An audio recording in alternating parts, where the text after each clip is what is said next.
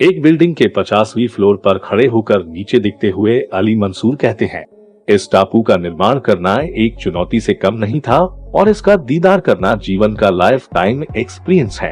इस टापू को देखने और उन पर बसने के लिए पूरी दुनिया भर के लोग हर साल आते रहते हैं। यह टापू दुनिया का सबसे बड़ा मानव निर्मित टापू है, जहां एक छोटे से घर को खरीदने के लिए शाहरुख खान ने 200 करोड़ से ज्यादा खर्च कर दिए। दोस्तों, ये तो आप जानते होंगे कि खाड़ी देशों के पास जितना भी धन है, उन सभी धन का माध्यम सिर्फ और सिर्फ कच्चा तेल है। एक तरफ धरती पर मौजूद कच्चे तेल का भंडार धीरे धीरे खत्म होता जा रहा है, वहीं दूसरी तरफ ट्रांसपोर्टेशन सिस्टम अब पेट्रोल को छोड़ इलेक्ट्रॉनिक सिस्टम के पीछे भाग रहे हैं। न जाने कितनी कंपनियां हैं जो इलेक्ट्रॉनिक कार और बाइक को सड़क पर उतारना शुरू कर दिया है।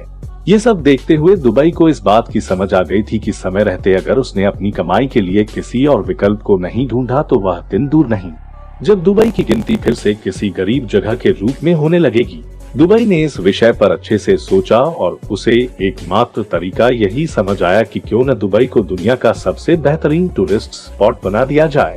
एक ऐसी जगह जहां पूरी दुनिया भर के लोग यहां पर घूमने के लिए आना पसंद करें, लेकिन दुबई के पास सिर्फ दो ही जगह थी, एक रेगिस्तान और दूसरा समुद्री।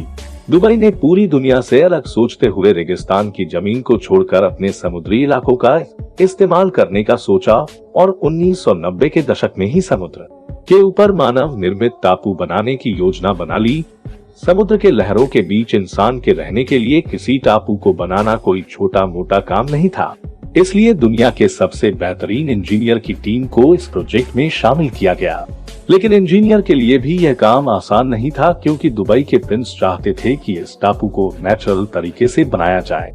इसलिए समुद्र के बीचों बीच बने इतने भारी टापू की नींव को मजबूत बनाने के लिए किसी भी तरह के स्टील या सीमेंट का इस्तेमाल नहीं किया गया है। इंजीनियरों की टीम ने इस द्वीप का आधार रेत और चट्टानों के साथ बनाया है, और ये वही चट्टानें हैं जो हमारे देश के छतरपुर में पाई जाती है, जिसे हम ग्रेनाइट के नाम से भी जानते हैं। दरअसल जब पाम जुमेराह को बनाने का फैसला लिया गया, तब विशेषज्ञों ने भी यह कहा कि पाम टापू की नींव के लिए ऐसे पत्थरों का उपयोग करा जाएगा जो पत्थर पानी में कभी खराब न हो। जिसके बाद इंजीनियरों ने पूरी दुनिया भर में ऐसे पत्थरों को ढूंढना शुरू कर दिया। दुनिया के अलग अलग जगह से पत्थरों के सैंपल दुबई पहुंचने शुरू हो गए, लेकिन ज्यादातर देशों से आए हुए चट्टानों और पत्थरों के सैंपल को फेल कर दिया गया, और उनमें से कोई भी पत्थर ऐसा नहीं था जो सैकड़ों साल तक पानी की मार को झेल सके। इसके बाद भारत के मध्य प्रदेश के छतरपुर जिले के पत्थरों के सैंपल को पाम टापू के लिए दुबई भेज दिया गया। आपको जानकर हैरानी होगी कि छतरपुर वाले पत्थरों को वहां के इंजीनियरों ने पहले टेस्ट में ही पास कर दिया, जिसके बाद दुबई ने भारत से पत्थरों को मंगवाना शुरू कर दिया। इन पत्थरों का आकार 25 से 30 फीट था और हर एक पत्थर का वजन 35 से 40 टन का था। जिसके बाद उन्हीं ग्रेनाइट के पत्थरों से पाम टापू की नींव को रखा गया। जब पाम टापू की नींव तैयार हो गई, तब शुरू हुआ उसमें रेत भरने का सिलसिला। आपको जानकर हैरानी होगी कि दुबई खुद रेत के टीले पर बसा हुआ है।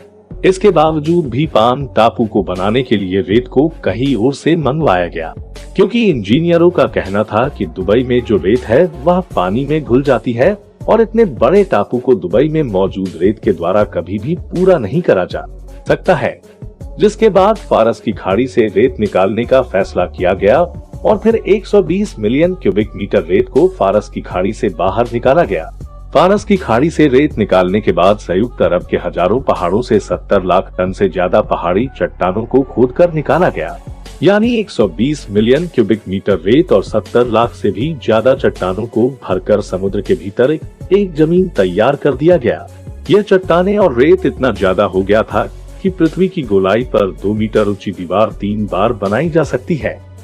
इंजीनियर बताते हैं कि जब इस द्वीप का निर्माण शुरू हुआ तो सबसे पहले 11 किलोमीटर लंबा इसका चांद जैसा बाहरी हिस्सा बनाया गया, ताकि अंदर का पाम टापू समुद्र की लहरों और तेज हवा को सहन कर सके। और जब टापू बनना शुरू हो गया, तब इंजीनियर सैटेलाइट के द्वारा इसकी तस्वीरों को देखते थे कि टापू ठीक से बन रहा है या नहीं। वह सभी टापू पर लगातार सैटेलाइट के द्वारा नजर रखते थे, ताकि इस द्वीप के आगे वाले हिस्से का निर्माण सही से किया जा सके, क्योंकि अगर कोई भी गलती हो जाती है तो उस गलती को सुधारना बहुत ज्यादा मुश्किल हो सकता था।